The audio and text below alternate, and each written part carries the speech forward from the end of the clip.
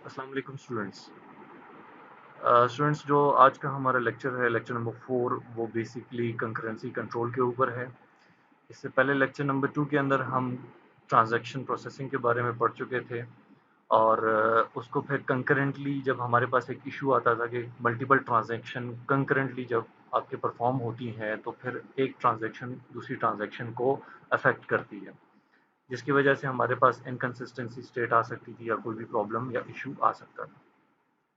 अब उसको रिजॉल्व करने के लिए हमारे पास डेटाबेस मैनेजमेंट सिस्टम का कंकरेंसी कंट्रोल मैथडोलॉजी है।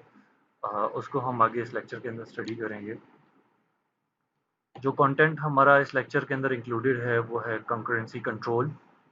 बेसिकली इसका कॉन्सेप्ट क्या है, वो होता क्या है कंकरेंसी कंट्रोल, फिर उसकी आगे टेक्निक्स हैं कि उन टेक्निक्स को कैसे इम्प्लीमेंट किया जाए। लॉग बेस्ड प्रोटोकॉल है, टाइम बेस्ड प्रोटोकॉल है या वैलिडेशन बेस्ड प्रोटोकॉल है, मल्टीपल ग्रैनुलरिटीज हैं या मल्टी वर्जन स्कीम्स हैं, इंसर्ट डिलीट ऑपरेशंस हैं। ये सारी की सारी टेक्निक्स जो हम यूटिलाइज करेंगे वन बाय वन, जिनको लर्न करना है for concurrency control tech mechanism के लिए। What is a concurrency control? The technique use to protect the data when multiple users are accessing. जब आपके पास मल्टीपल ट्रांजेक्शन इंप्लीमेंट हो रही होती हैं एट अ सेम टाइम, उससे अगर आपका डाटा जो है वो डैमेज हो जाता है या उसको कोई प्रॉब्लम हो जाती है या इनकंसिस्टेंसी स्टेट आ जाती है डाटाबेस के अंदर, तो उससे बचने के लिए हम मल्टीपल यूज़र को ये टेक्निक प्रोवाइड करते हैं कंकरेंसी कंट्रोल की, ताकि वो अपनी ट्रांजैक्शन को एक ऐसे मेथड या ऐसे ऐसे स्पेसिफिक मैकेनिज्म्स के ज़रिए से इम्प्लीमेंट करें जिसकी वजह से आप कि कोई एक यूज़र की जो डाटा प्रोसेसिंग है डाटाबेस से रिलेटेड या जो ट्रांजैक्शन जैसे आप कहते हैं, वो दूसरी किसी ट्रांजैक्शन या दूसरे किसी यूजर्स की डाटा प्रोसेसिंग मैकेनिज्म को डैमेज ना करें। उससे बचने के लिए हम कंकरेंसी कंट्रोल मेथड्स अप्लाई करते हैं। कंकरेंसी कंट्रोल मेथड को अप्लाई करने के लिए हमारे पास सबसे पहला प्रोटोकॉल आता है जिसको हम कहते हैं लॉग बेस्ड प्रोटोकॉल। कंट्रोल जो हमारे पास कंकरेंट कंट्रोल एक्सेस है डाटा आइटम का, जो स्पेसिफिक डाटा आइटम अगर डाटाबेस में सेव है और उसके ऊपर कोई अपडेशन या डिलीशन कुछ भी आपने परफॉर्म करना है, आइदर कोई भी ट्रांजैक्शन होगी उसके ऊपर, तो उसके लिए ये लॉक मैकेनिज्म हम यूज़ करते हैं। हमारे पास यहाँ दो किस्म के लॉक्स होते हैं डाटाबेस के अंदर। एक होता है एक्सक्लूसिव लॉक, दूसरा शेयर्ड लॉक। एक्सक्लूसिव लॉक क्या होता है? एक्सक्लूसिव लॉक साइज में आपके पास बड़ा भी है। एक्सक्लूसिव लॉक जो है वो बहुत ज़्यादा स्पेस कंज्यूमिंग है, क्योंकि ये रीड डाटा को रीड करने के लिए और राइट करने के लिए, दोनों के लिए ये यूज़ होता है। यहाँ पर हम डाटा को रीड भी कर रहे हैं एज वेल एज हम राइट भी कर रहे हैं। ठीक है, तो यहाँ पर जब भी एक्सक्लूसिव लॉक की इंस्ट्रक्शन होगी या जब भी एक्सक्लूसिव लॉक का रिक्वेस्ट डाटाबेस को दी जाएगी या डेटाबेस मैनेजमेंट सिस्टम को किसी भी स्पेसिफिक डाटा आइटम के लिए, तो वो वहाँ पर उसके लिए परमिशन होगी कि वो अपने इस लॉक के अंदर रहते हुए किसी भी स्पेसिफिक डाटा आइटम के ऊपर डाटा को रीड भी कर सकता है और राइट भी कर सकता है। दूसरा हमारे पास शेयर्ड लॉक है। शेयर्ड लॉक हमारे पास सिर्फ और सिर्फ डाटा को रीड करने के लिए यूज़ होता है। जो भी हमारे पास डाटा आइटम मौजूद है, हम जस्ट उसको रीड कर सकते हैं इस लॉक के अंदर, इस लॉक के मोड में। हम उस डाटा को राइट नहीं कर सकते हैं। हमारे पास राइट के एक्सेस नहीं होते हैं शेयर्ड लॉक के अंदर।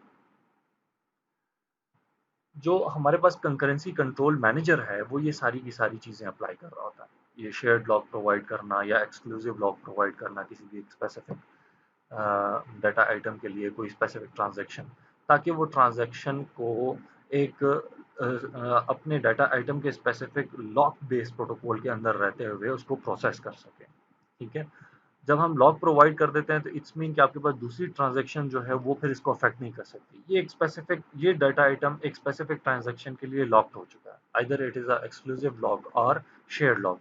फिर इस सूरत में आपके पास जो है दूसरा कोई भी ट्रांजैक्शन कोई भी लॉक कैरी करके या एक्वायर करके आपके डाटा आइटम को एक्सेस नहीं कर सकता जब तक आप वो सिंगल ट्रांजैक्शन जिसने ये लॉक एक्वायर किया हुआ है वो इसको रिलीज ना कर दे।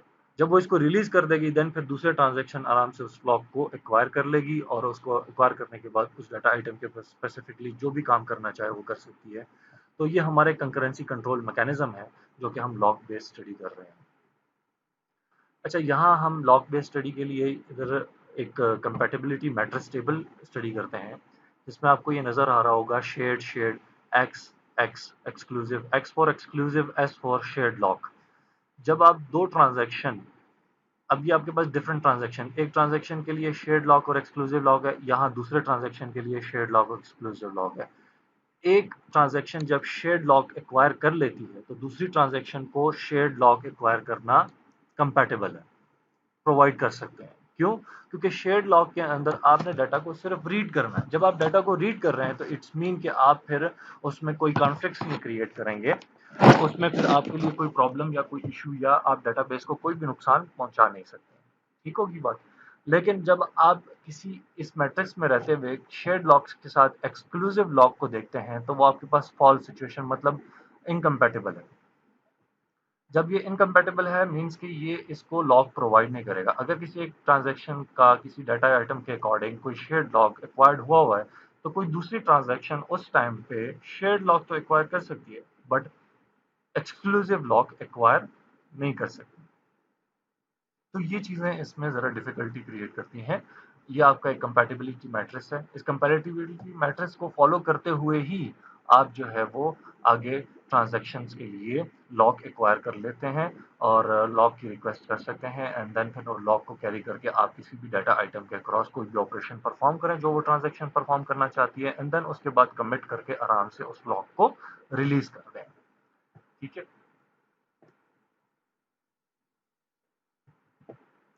अच्छा, जैसे आपके पास ये एक सिंपल एग्जांपल है लॉग बेस्ड प्रोटोकॉल के लिए कि यहाँ T2 ट्रांजैक्शन है और T2 ट्रांजैक्शन जो क्या कर रही है, आपके पास एक ए डाटा आइटम है, उसके ऊपर शेयर्ड लॉक को एक्वायर करती है, देन उसको रीड करती है और फिर उसको अनलॉक करके रिलीज कर देती है। सिमिलरली बी आइटम के ऊपर, बी डाटा आइटम के ऊपर उसी टाइम पे शेयर्ड लॉक एक्वायर होता है और शेयर्ड लॉक एक्वायर होने के बाद फिर वो उसको रीड कर लेता है, रीड करने के बाद देन अनलॉक कर देता है और सिंपली डिस्प्ले का ऑप्शन दे देता है इजीली। ये अब इजी वे है। अब आप शेयर्ड लॉक जो है वो एक आपके सामने एग्जाम्पल के तौर पर एक्सप्लेन कर दिया गया है। अब ये जो ऊपर आपके पास लॉकिंग सिस्टम है, ये तो एक नॉर्मल सा एक बिहेवियर शो कर दिया गया है ट्रांजैक्शन का, शेयर्ड लॉक एक्वायर कर रहा है एंड देन रिलीज कर रहा है। ठीक है। अब यहाँ आपके पास बहुत सी ऐसी चीज़ें आ जाती हैं जो सीरियलाइजेबिलिटी के अंदर आपकी डिफरेंट ट्रांजैक्शन डिफरेंट औकात के ऊपर डिफरेंट लॉक्स एक्वायर करने की कोशिश करती है। उस टाइम पे आपके पास सिचुएशन गड़बड़ हो जाती है, आपकी चीज़ें बड़ा मुश्किल जो है वो सामने लेकर आती हैं। उनको सॉल्व करने के लिए, उनको सॉर्ट आउट करने के लिए भी आगे प्रोटोकॉल्स हैं जिनको हम रिजॉल्व कर सकते हैं, जिनको हम डेडलॉक हैंडलिंग या इस तरह की चीज़ें जो हम आगे स्टडी करेंगे नेक्स्ट स्लाइड्स के अंदर। अच्छा, अब लॉकिंग प्रोटोकॉल क्या है? अब ये तो लॉक बेस्ड प्रोटोकॉल हो गया ना। लॉकिंग प्रोटोकॉल क्या है? वो सेट ऑफ रूल्स जिसको फॉलो करते हुए कोई भी ट्रांजैक्शन लॉकिंग की रिक्वेस्ट कर सकती है और लॉक को रिलीज कर सकती है। ठीक है? वो एक सेट ऑफ रूल्स होंगे जिनके अकॉर्डिंग वो उनको लॉकिंग प्रोवाइड करेगा डेटाबेस और फिर देन उसको रिलीज करने के लिए ऑप्शन दे देगा। लॉकिंग प्रोटोकॉल जो है वो रिस्ट्रिक्ट करता है सेट ऑफ पॉसिबल स्केड्यूल्स के लिए। ये नहीं कि आपने मल्टीपल स्केड्यूल्स इम्प्लीमेंट करना शुरू कर दिए हैं और हर स्केड्यूल को वन बाय वन एक दूसरे की वेट के ऊपर छोड़ दिया कि एक ट्रांजैक्शन खत्म हो, दूसरी ट्रांजैक्शन की बारी है, फिर तीसरे ट्रांजैक्शन की बारी है, तो with in a concurrency problems आपके पास लॉकिंग प्रोटोकॉल बड़ा एक इन चीज़ों को रिस्ट्रिक्ट करता है कि आपके पास सेट ऑफ स्केड्यूल्स जो हैं वो एक पॉसिबल वे में कन्वे हो सकें और पॉसिबल ऑर्डर में जाकर जो है वो किसी भी ट्रांजैक्शन को प्रोसेस कर सकें। अच्छा, जो लॉक बेस्ड प्रोटोकॉल है उसमें हमारे पास पिटफॉल आते हैं दो किस्म के। एक तो डेडलॉक हो जाता है, ठीक है, कि आपके पास चीज़ें लॉकिंग के दौरान ही आगे प्रोसेस नहीं होती है या फिर आपके पास स्टारवेशन होती है। डेडलॉक क्या चीज़ है? अगर आप देखें ट्रांजैक्शन T3 के ऊपर, जैसे हमने पीछे कंपैटिबिलिटी मैट्रिक्स को डिस्कस किया, तो आपने देखा कि उसमें लॉक जो अपोजिट लॉक्स हैं वो एक दूसरे के लिए बहुत ही ज़्यादा मुश्किल है। अब राइट का लॉक होगा, रीड एंड राइट लॉक, इसको हम राइट लॉक भी कहते हैं और शेयर्ड लॉक को हम, एस लॉक को हम जो है वो रीड लॉक भी कहते हैं। ठीक है। एक्स लॉक को हम राइट लॉक इसलिए कहते हैं क्योंकि वो डाटा को रीड भी करता है और राइट भी करता है। सिंपली रीड तो हर लॉक ने करवाना है, लेकिन एक्स लॉक जो है वो सिंपली आपको राइट भी करता है और रीड भी करता है। अब एस लॉक आपके पास सिंपल और सिंपल सिर्फ रीड करवाएगा डाटा को। ठीक है। अब इस सिचुएशन में जब T3 और T4 दो किस्म के ट्रांजैक्शन आके एग्जीक्यूट होती हैं तो आप देख रहे हैं कि बी डाटा आइटम के ऊपर लॉक एक्स एक्वायर हो गया। लॉक एक्स एक्वायर होने के बाद बी डाटा आइटम ने डाटा को राइट कर लिया राइट करने के बाद आप देखें कि लॉग जो T4 है वो बी डाटा आइटम के ऊपर लॉग एस को एक्वायर करना चाहती है। तो अब ये अनकम्पेटिबिलिटी आ जाएगी यहाँ पर, और इस इनकम्पेटिबिलिटी में आपके पास ये डाटा आइटम इसको लॉग एक्वायर करने नहीं देगा और ये इसका वेट करता रहेगा। बट एस लॉग वो ए डाटा आइटम के ऊपर एक्वायर कर लेगा और डाटा को रीड कर लेगा। अब इस सूरत में जब ट्रांजैक्शन T3 उसने लॉग को रिलीज भी नहीं किया, कमिट भी नहीं किया पीछे जो डाटा उसने राइट किया बी के अकॉर्डिंग, और वो लॉक भी उसने रिलीज नहीं किया, उनको अनलॉक नहीं किया डाटा आइटम को, उसके बाद वो लॉक लगा लेता है लॉक ए के ऊपर। तो फिर यहाँ पर अब एस ने लॉक, अब T4 ने लॉक लगाया हुआ है एस के ऊपर।